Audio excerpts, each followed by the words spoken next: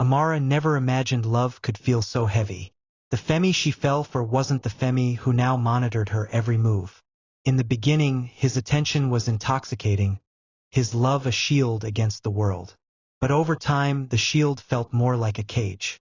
Their love story had started at a university debate competition. Amara, with her fierce intellect and captivating presence, had stolen Femi's attention from the moment she stepped onto the stage. He'd introduced himself after her win, and they'd spent hours talking about everything: books, dreams, life. Femi was charming, with a confidence that could command any room. Amara, with her quiet strength, was the perfect balance. They became inseparable, their connection deepening with every shared secret and stolen moment. But what began as devotion soon morphed into something darker. Amara noticed the first red flag 6 months into their relationship. It was subtle, a comment about the outfit she wore to a friend's birthday party. "Don't you think it's a bit revealing?" Femi had asked, his smile strained. Amara laughed it off, chalking it up to protectiveness. "It's just a dress, Femi." But his response had lingered. "You don't need to dress like that to get attention. I'm all the attention you need." At first it felt like love. His constant texts checking in, his insistence on dropping her off and picking her up from work, his need to know who she was with at all times. But over time it began to feel suffocating. Femi didn't like her hanging out with her childhood friends anymore. "They're a bad influence," he'd say, though he had never met them. If she protested, he'd twist it around. "Why do you want to spend time with them so badly? Am I not enough?" The worst part was the guilt. Every argument ended with Femi apologizing, tears in his eyes, promising he only acted that way because he loved her so much. "I just can't bear the thought of losing you, Amara. You're my everything." Amara's world grew smaller. Her vibrant social life dimmed as she gradually cut off friends to avoid the inevitable fights. The career she was so passionate about, a budding journalist with endless potential, suffered under Femi's possessive gaze. "Do you have to work late again?" he'd ask, his voice tinged with accusation. "It's my job, Femi," she'd reply, trying to keep her frustration in check. "Your job seems more important than me." It wasn't long before Amara found herself making excuses to avoid assignments that required traveling or late hours. Her editor noticed, pulling her aside one afternoon. "Amara, you're one of the best writers we have. But lately, it feels like your heart isn't in it. Is everything okay?" Amara nodded, forcing a smile. "Everything's fine." But it wasn't. The turning point came on a rainy Saturday afternoon. Amara had gone to visit her cousin, Tenny, without telling Femi. She'd left her phone in her bag, not noticing the barrage of missed calls and messages. When she returned home, Femi was waiting. "Where were you?" he demanded, his voice eerily calm. "With Tenny," she replied, setting down her bag. "And you didn't think to tell me? I don't have to report my every move to you, Femi." His anger erupted. "Do you know how worried I was? I thought something had happened to you, and you couldn't even pick up your phone. I'm not a child, Femi. You need to stop this." But Femi wasn't listening.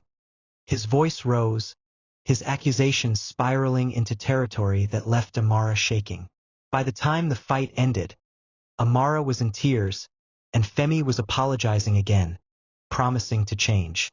"I just love you so much, Amara. I'm scared of losing you."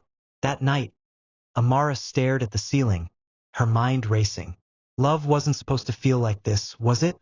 She remembered her mother's words.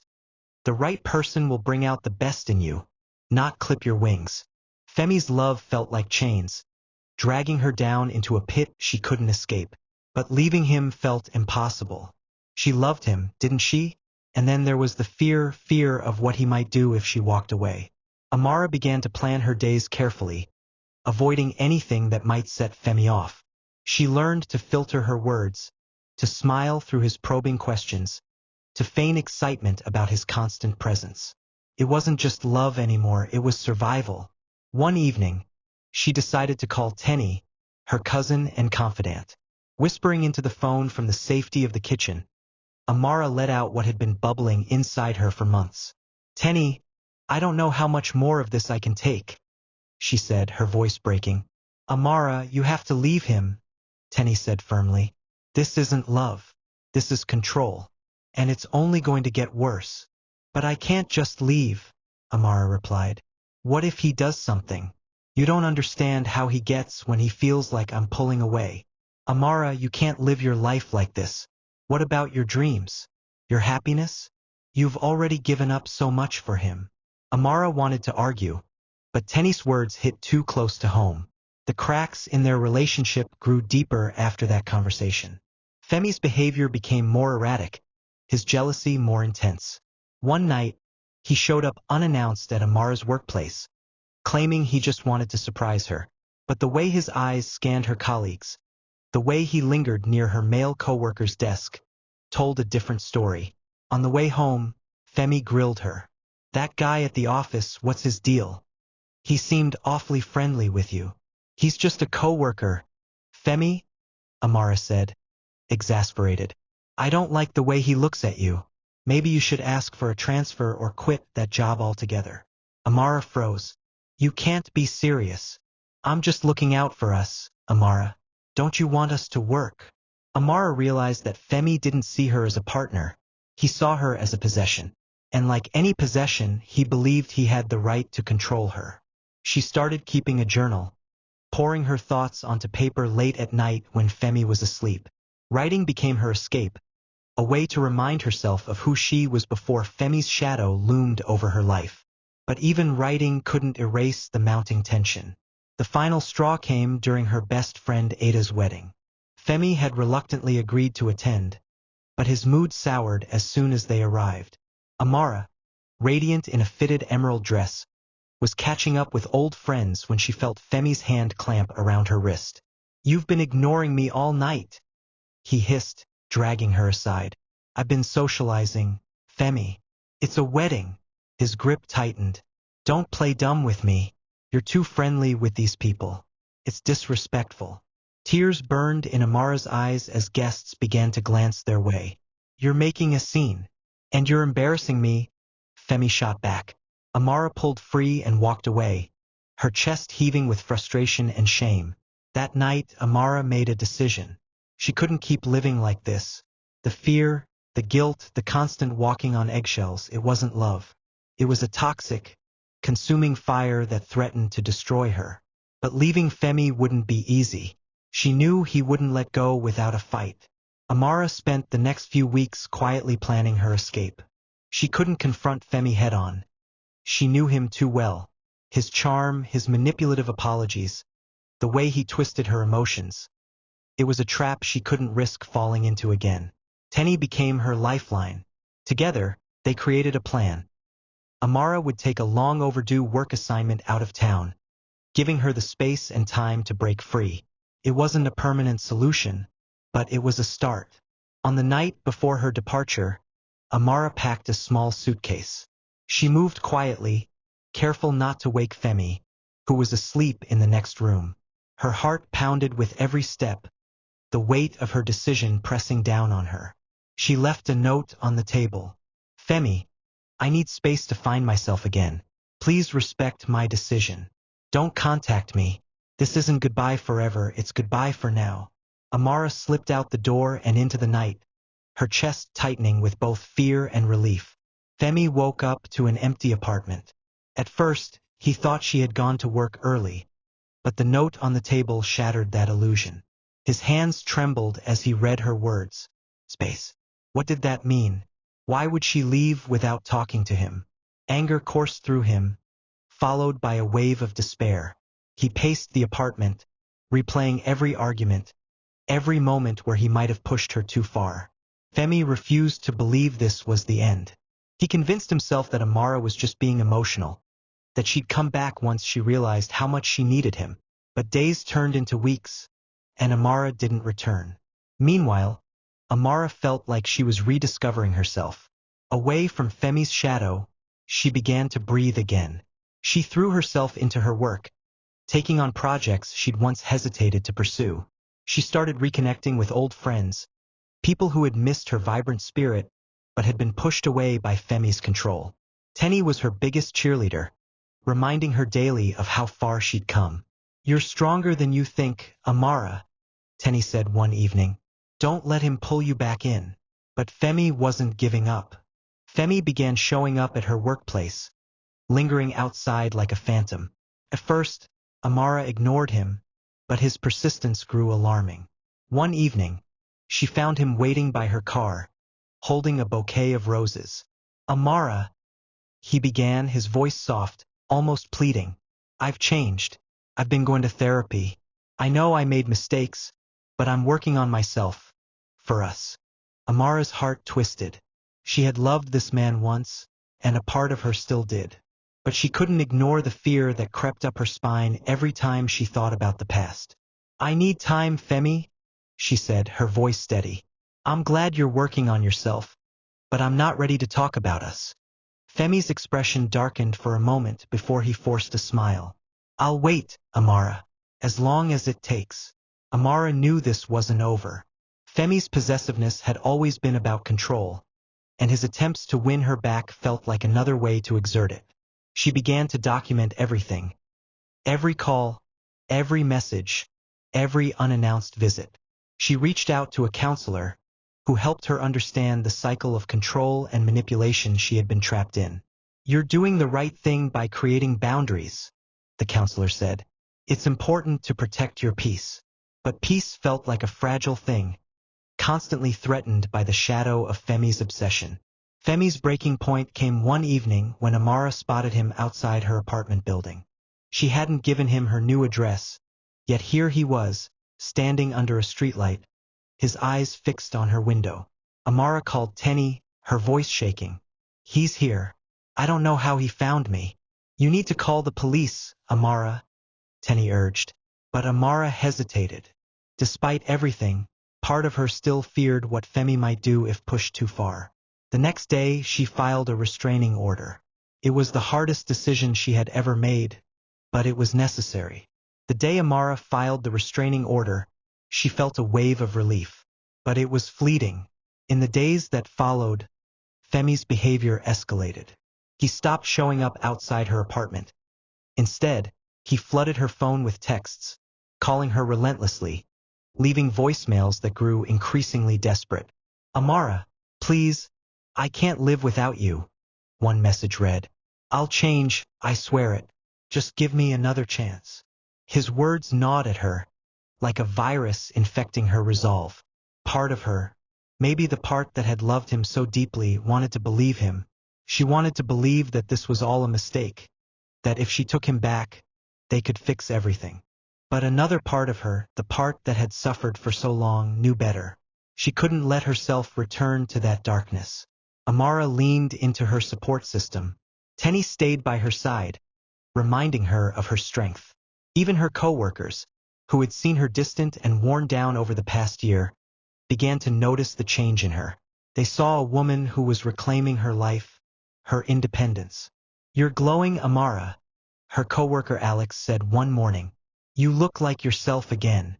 It wasn't a compliment Amara had expected, but it was one she cherished. The woman in the mirror was different now. Stronger, more confident. She no longer allowed Femi's shadow to define her. But Femi was not ready to let go.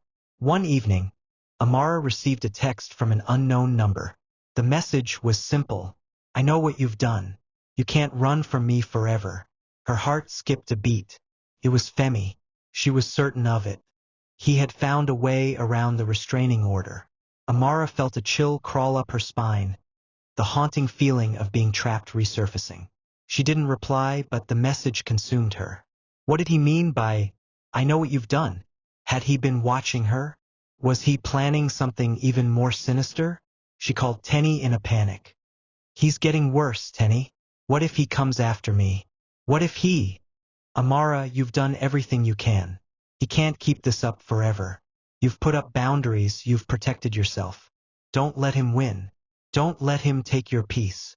But peace was hard to hold on to when the man who once promised to love her could no longer respect her wishes.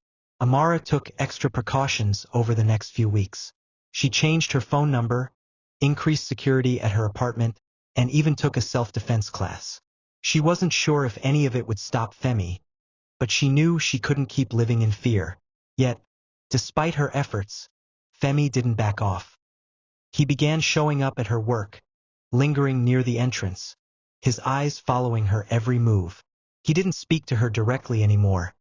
Instead, he just watched, his gaze cold and unyielding.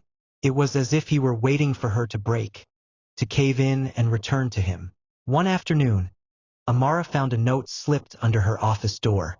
"I'll always love you, but you can never truly escape me."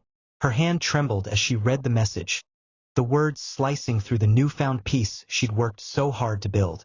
But this time, instead of succumbing to the fear, she took a deep breath and locked the note away. Femi's obsession was a monster, but she was no longer the prey. Amara's life continued to shift in a new direction. She threw herself into her work, gaining recognition for her investigative pieces that now carried a deeper edge. Perhaps because she was telling her own story, the story of a woman who had fought to free herself from a toxic love. She even began dating again, though cautiously. Each time she went on a date, she reminded herself not to settle. She had learned that love wasn't about someone owning you, about someone needing you to exist. It was about two whole people building something together. But Femi was still in the background, a shadow lingering just out of sight. It wasn't until months later, when Amara was out with a friend, that she saw him again. He was standing across the street, watching her. His expression was unreadable, but there was something in his eyes, something that spoke of madness and regret. Amara froze for a moment, heart pounding, but then she took a step forward. She was no longer afraid. Her voice was steady when she said the words she had never thought she'd say to him. "I'm done, Femi. I won't let you control me anymore. You're the past now." Femi's eyes flashed with something, anger perhaps, before he turned and walked away, his figure swallowed by the crowd. For the first time in years, Amara felt free. Femi's departure that day marked a turning point for Amara. For the first time in years, she didn't feel the weight of his presence on her shoulders. She walked away from the moment with her head held high, feeling a sense of liberation she hadn't experienced since before she'd met him. But that sense of freedom didn't come without a price. As the weeks passed, Amara couldn't shake the memories of Femi. His smothering affection, the cruel manipulations, and the suffocating feeling of being trapped in a life she didn't recognize. The scars of their relationship lingered in her mind, and sometimes, in her quiet moments, she found herself questioning everything she had once believed about love. She confided in Tenny one evening, her voice hesitant. "I sometimes wonder if I was wrong, if maybe there was a part of me that was just too weak to hold on." Tenny, ever the strong pillar of support, shook her head. "Amara, what you're feeling is normal. Healing takes time, but what you've done is brave. You've chosen yourself, and that's the most important thing. You're not weak for walking away. You're strong for knowing when enough is enough." It was the first time Amara truly believed it. For so long, she had felt as though leaving Femi was a failure. But now, she understood that it wasn't failure, it was survival. The healing process wasn't linear, of course. There were days when Amara felt the sting of loneliness, moments when she questioned her decision, wondering if she had closed the door too soon on a relationship that, at one point, had felt so full of promise. One evening, as she sat in her apartment reflecting on her journey, her phone buzzed. It was an email from a company she had applied to months ago. They had reviewed her work and they wanted to offer her a position, a prestigious role that could change everything for her career. Amara's hands shook as she read the email. This was it, the opportunity she had been waiting for. Her dreams were no longer just dreams. They were becoming a reality. And this time, she wasn't going to let anyone hold her back. She called Tenny immediately. "Tenny, I got it. The job. They want me." Tenny's voice was full of joy. "I knew you could do it, Amara. You've always had the strength. This is your time." For the first time in what felt like forever, Amara smiled with complete certainty. This was her moment, her victory. But even with her career on the rise, there were moments when Femi's shadow still loomed over her. She saw him once more, months after their last encounter. He was sitting at a cafe, his eyes locked on her as she walked by. Amara's heart skipped a beat. But she didn't stop. She didn't look back. In that moment, she realized that Femi had no power over her anymore. His gaze, once all-consuming, was now nothing more than a distant echo of a life she had left behind. Femi may have loved her, in his own twisted way, but his love had never been about her. It had been about control. She had freed herself from that cage. And now, for the first time in years, Amara was truly free. Femi, on the other hand, was not faring as well. The unraveling of his relationship with Amara had set off a chain reaction in his life. His once unshakable confidence was gone, replaced by a gnawing emptiness. He had sought therapy, but it was clear that his need for control was deeply rooted in his insecurities, his fear of abandonment, and his childhood trauma. He tried to reach out to Amara again, but her boundaries were firm. She had moved on, and there was nothing more for them to say. For the first time, Femi realized that love wasn't about ownership. It wasn't about forcing someone to stay or manipulating them into submission. Love was about respect, trust, and freedom, and he had lost all of that. Months later, Femi reached out to Amara once more. This time, his message was different. Amara, I've come to understand the damage I've caused. I'm sorry for everything. I hope you're finding the peace you deserve. I don't expect forgiveness, but I hope one day you can see that I truly regret what I did. Amara read the message carefully, her heart no longer aching at the thought of Femi. Instead, she felt a strange sense of closure. She responded, I've forgiven you, Femi, but I'm not the same person I was. I've learned that love can only flourish when there's freedom. I found my own peace now, and I hope you find yours. She didn't expect a response, and she didn't need one. In that moment, she realized that forgiveness wasn't just for Femi. It was for her, too. Amara's life continued to bloom.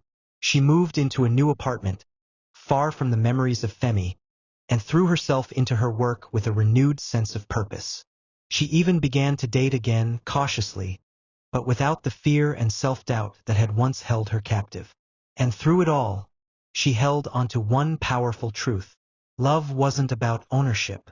It was about freedom. As Amara continued to build her life, her story became a testament to the resilience of the human spirit. She had learned that true love was not about being controlled, but about being free to be who you are. And that love, real love, would find her when she was whole, not when she was broken. Her past with Femi had shaped her, but it did not define her. She was her own woman now, standing tall in the face of everything she had overcome. And in the end, she had become the most important person in her life, the woman she had always been destined to be.